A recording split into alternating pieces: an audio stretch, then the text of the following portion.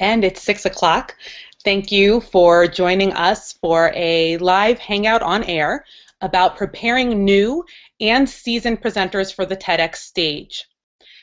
The assumption is that the people who are joining us are either TEDx curators or people who have presented on the TEDx stage or perhaps are interested in presenting TEDx events in their own communities. And my session today is really going to focus upon how do you prepare a presenter specifically for that TEDx environment.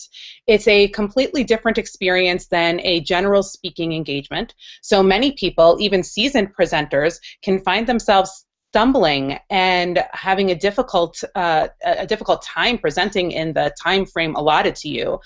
You may know from your experience that no TEDx presenter is given more than 18 minutes to present, and in some instances, when you are trying to provide more value in your TEDx experience, presenters may be even given time frames that are as short as 3 minutes to convey a message, an idea, a concept. So how do you do that? How do you prepare presenters for the stage? And what about that individual who has an exceptional idea that you absolutely want to spread out to the community, that you believe can add value and is an important part of the conversation, but they've never spoken before? That's another interesting group of people that shouldn't be prevented from sharing their ideas simply because they don't have an experience on the stage. But how do you get them ready so that when they get up there and feel the pressure of a time clock in front of them and a live audience, as well as numerous cameras, depending on how you have your studio set up, so that they don't freeze, so that they don't read from notes, which is a big, huge TED no-no. So how do we get them all ready so that they're providing the value that you have promised to your audience by accepting being part of the TEDx brand? So let's start with everybody's favorite, big superstar speakers who really, they want to get on the TEDx stage. You like what they have to say, and you've seen them present before, so you know that they have quality content and quality abilities. But how do you get them to really boil down their message into the time frame you've allotted them? We use a very simple method for TEDx Crestmore Park. My husband and I have been curating TEDx Crestmore Park since 2011 or 10, I can't remember. Was it 2010? I believe it was September of 2010 was our first event, TEDx Crestmore Park, and was a wonderful experience for us, and we became a little bit addicted to the TEDx brand and concept and continued our particular brand, TEDx Crestmore Park. And we had that first experience where we had to get our presenters ready for the stage. I had a little bit of a benefit that I had been a presenter at TEDx Denver Ed several months before, so I had the experience personally of being on the TED stage, the TEDx stage to be specific, and so I had a little bit of that idea and that concept. And for me, the ability to categorize into 3 areas, to 3 content ideas, if you will, enabled me to streamline my message, get the idea across, and then provide a call to action. Now, when I was going through how we were going to discuss this today on this hangout, I was asked the question of, do you always need a call to action? And I think that's a valid question. For us, I always encourage a call to action. Is it necessary? Absolutely not. You need to feel out your event, your community, your idea for what it is that you're spreading through your event, and you determine whether or not a call to action is necessary. So for us, we utilize the 3-pronged approach of elevate, empower, and engage. For us, that is a basis not only for our TEDx talks, to be truthful, it is also for all of the work that we do. But how do we use that in the TEDx environment? So the first word that I gave you was elevate. We believe that if you can engage with your audience and create that connection, that bond with them that says, okay, you're there, I'm here, but really we're one. We have a shared experience, in some way, shape, or form that I'm about to explain to you. So this is that element of the talk where you tell people who you are and why you're on the stage. I had a teacher once on one of our last events who was wanting to share why she believed that the critical element of teaching was teaching from the heart.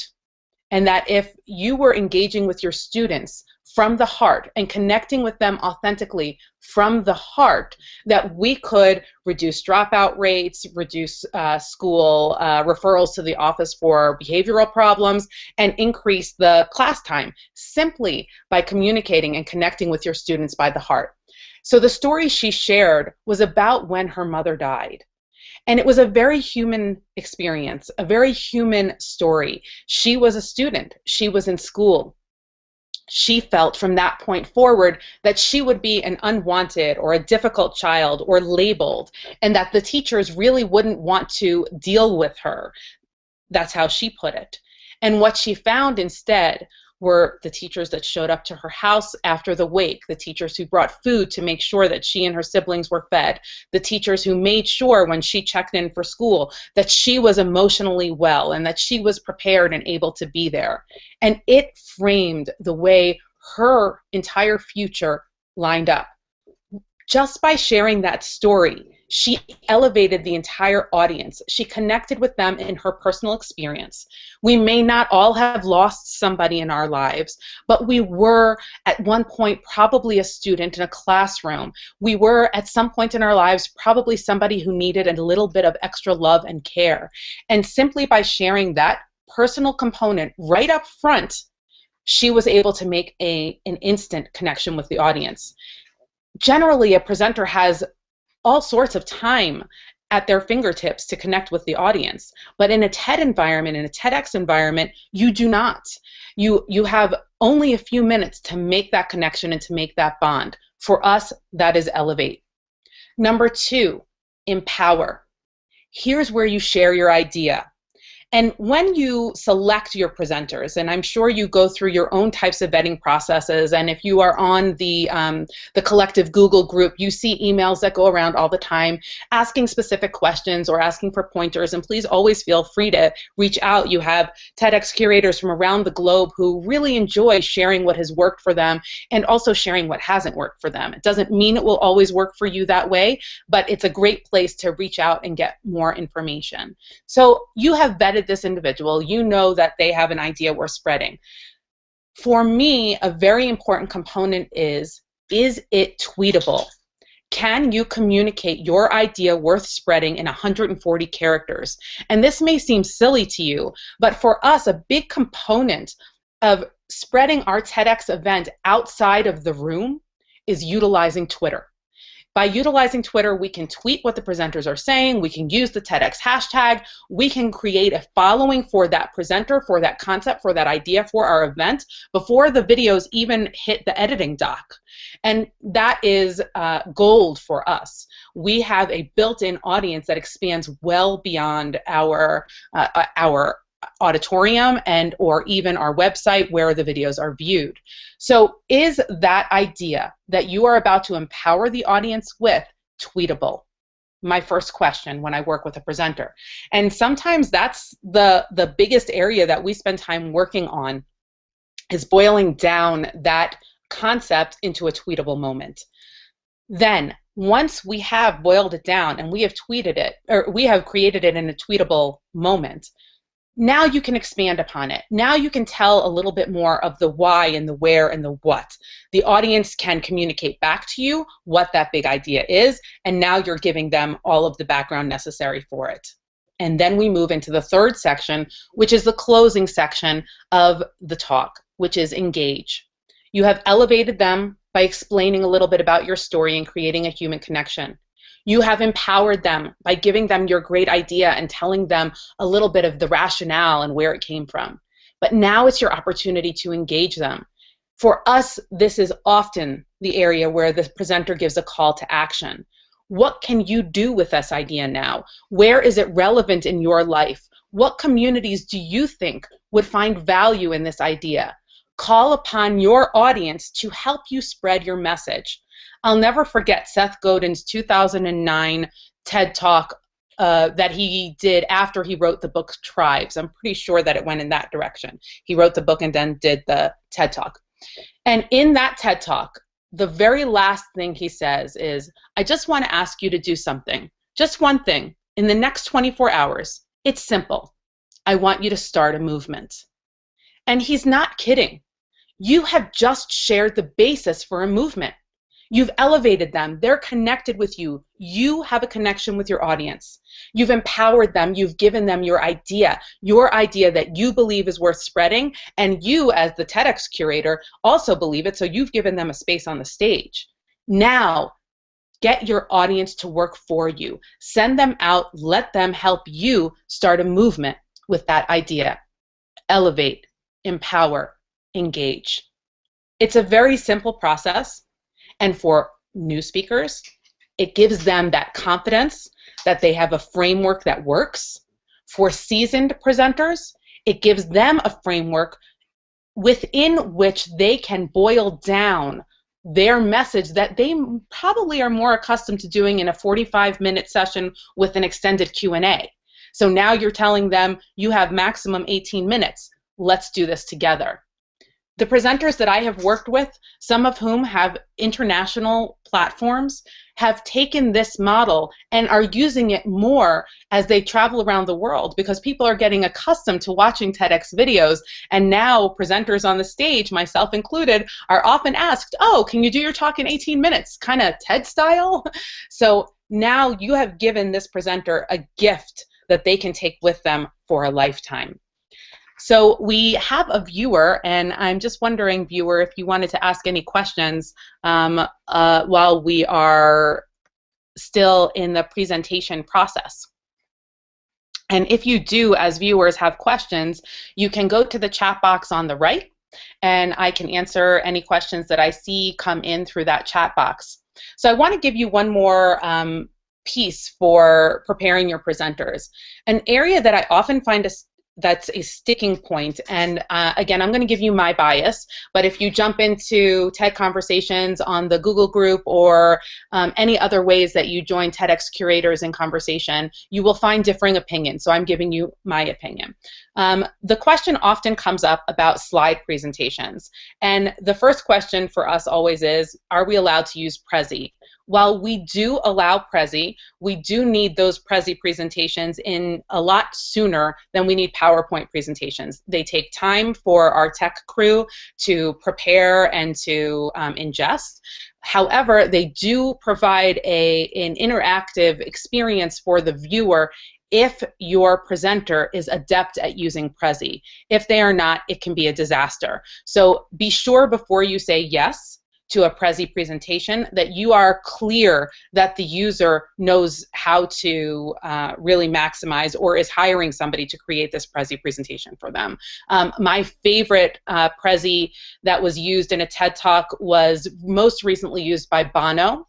If you check out Bono's recent TED Talk, the way he uses Prezi in that is brilliant, and that, I would say, is the gold standard for utilizing Prezi.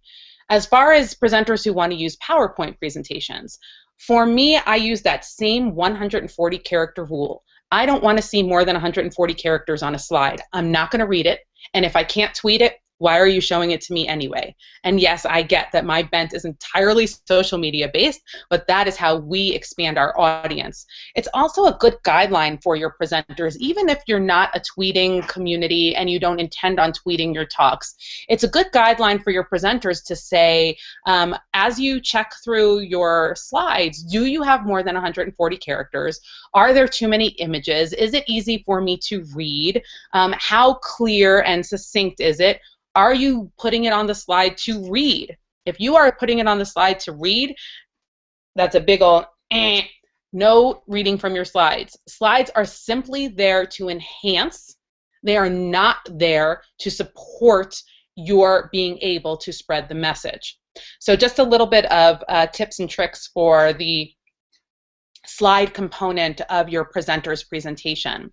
The other thing that we require of our presenters is a certain amount of one-on-one coaching, even if they are seasoned presenters. Now, we didn't do this at the beginning, and we got bitten by it. There were a couple of presenters who took our stage that really weren't prepared, and that was our fault. And it took a number of years of learning to be able to get to the point where we understood that even someone who is a seasoned presenter needs to be trained, and especially somebody who is a newbie needs to be trained on how to give a TEDx talk. So we require a minimum of 3 hours one-on-one coaching that is usually done with me, and it's because it's something that I enjoy. But if you have somebody who's on your team who is a seasoned presenter or who has very good abilities to coach that you have witnessed before through their coaching of your other presenters, make them the point person for coaching of your presenters. It is a big job to schedule them all and to make sure that you're having that one-on-one coaching. And we didn't always do them in person as in live. We used Google Hangout, we used Skype. Some of our presenters weren't Colorado based, and I'm in Denver, Colorado, so it wasn't feasible for us to meet face to face. But doing coaching on Skype works. It is the next best thing to face-to-face. Require that coaching, and before you agree, I don't know about you, we have a contract that we give to all of our TEDx presenters that highlights all of their obligations, one of which is to attend the whole event, because we know from the message that TED has sent to us that having those presenters as part of your audience, as part of your overall event, is part of what makes a TEDx experience what it is. Number 2 is they must sign an agreement that they will complete that 3 hours of coaching. You might think that a handshake is enough. It's really helpful to have that written down on an agreement so that when you send an email, you can say, hey, we're getting close to the first deadline that we have on our schedule where you should have completed 1 or 2 hours of coaching, and we haven't gotten to that yet. It's helpful to be able to point back to that in your contract and get your presenters to respond accordingly. Working with your presenters is really simply about understanding that you have selected someone who has a message that you believe is worth spreading, an idea that you think can take root, take hold, and make an impact on the world. Otherwise, you wouldn't have become a TEDx curator. So, as I say goodbye and close off for you, we'll go in the TED style, and we'll call this a 17-minute event, so just under that 18-minute mark. I encourage you to bring your audiences together by preparing your presenters to elevate, empower, and engage. TEDx Crestmore Park wishes you all sorts of good luck on your events, and we hope we can help you in any way that we can. Take care and have a wonderful evening.